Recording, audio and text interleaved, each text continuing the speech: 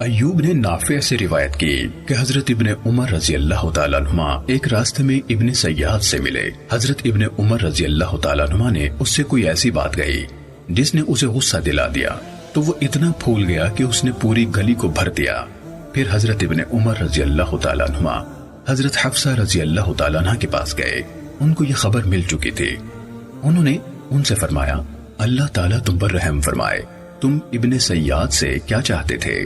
کیا تمہیں معلوم نہیں کہ رسول اللہ صلی اللہ علیہ وسلم نے فرمایا تھا دجال غصہ جانے کی وجہ سے ہی اپنی حقیقی صورت میں برآمد ہوگا۔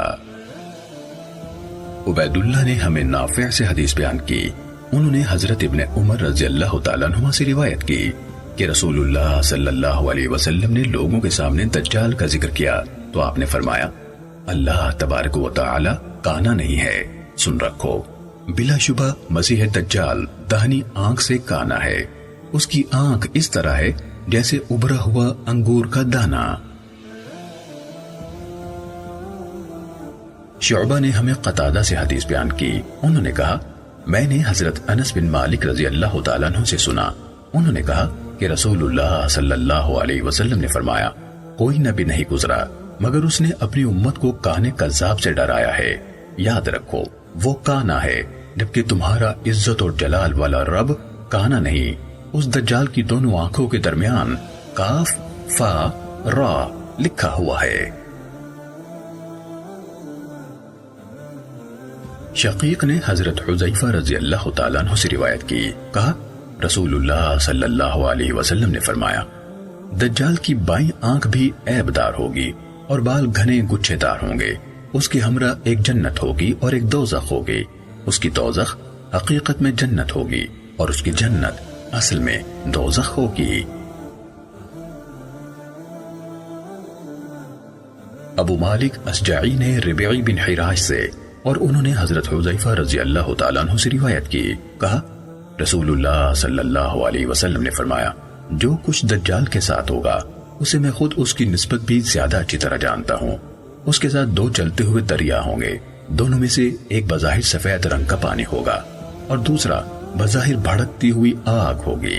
اگر کوئی شخص اس کو پا لے تو اس دریا کی طرف آئے جسے وہ آگ کی طرح دیکھ رہا ہے اور اپنی آنکھ بند کرے، پھر اپنا سر جھکائے اور اس میں سے پیے تو وہ پانی ٹھنڈا ہوگا، پھر اپنا سر جھکائے اور اس میں سے پیے تو وہ ٹھنڈا پانی ہوگا۔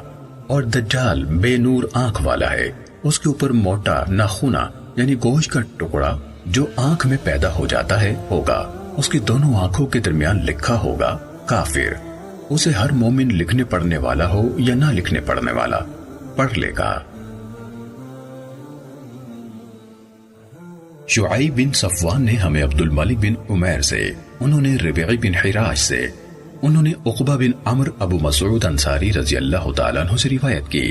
ربیعی نے کہا، میں ان یعنی عقبہ بن عمر رضی اللہ تعالیٰ عنہ کے ہمراہ حضرت حذیفہ بن یمان رضی اللہ تعالیٰ عنہ کے پاس گیا۔ عقبہ رضی اللہ تعالیٰ عنہ نے ان سے کہا، آپ نے دجال کے متعلق رسول اللہ صلی اللہ علیہ وسلم سے جو حدیث سنی ہے وہ مجھے بیان کریے۔ آپ صلی اللہ علیہ وسلم نے فرمایا، دجال نکلے گا، اس کے ساتھ پانی ہوگا اور آگ ہوگی، جو لوگوں کو پانی نظر آ رہا ہوگا وہ آگ ہوگی، اور جو لوگوں کو آگ نظر آ رہی ہوگی وہ ٹھنڈا میٹھا پانی ہوگا۔ تم میں سے جو شخص اس کو پائے وہ اس میں کود جائے جو اسے آگ نظر آ رہی ہو، بلا شبہ وہ میٹھا پاکیزہ پانی ہوگا۔ حضرت عقبہ رضی اللہ تعالیٰ عنہ نے حضرت حذیفہ رضی اللہ تعالیٰ عنہ کی تصدیق کرتے ہوئے کہا، اور میں نے بھی یہ حدیث سنی تھی۔ عبداللہ بن مسعود رضی اللہ عنہ سے روایت ہے کہ نبی اکرم صلی اللہ علیہ وسلم نے فرمایا، اللہ اس شخص کو تر و تازہ رکھے جو میری بات کو سنے اور توجہ سے سنے اور اسے محفوظ رکھے اور دوسروں تک پہنچائے، کیونکہ بہت سے علم کی سمجھ رکھنے والے علم کو اس تک پہنچا دیتے ہیں جو ان سے زیادہ سوجھ بوجھ رکھتے ہیں۔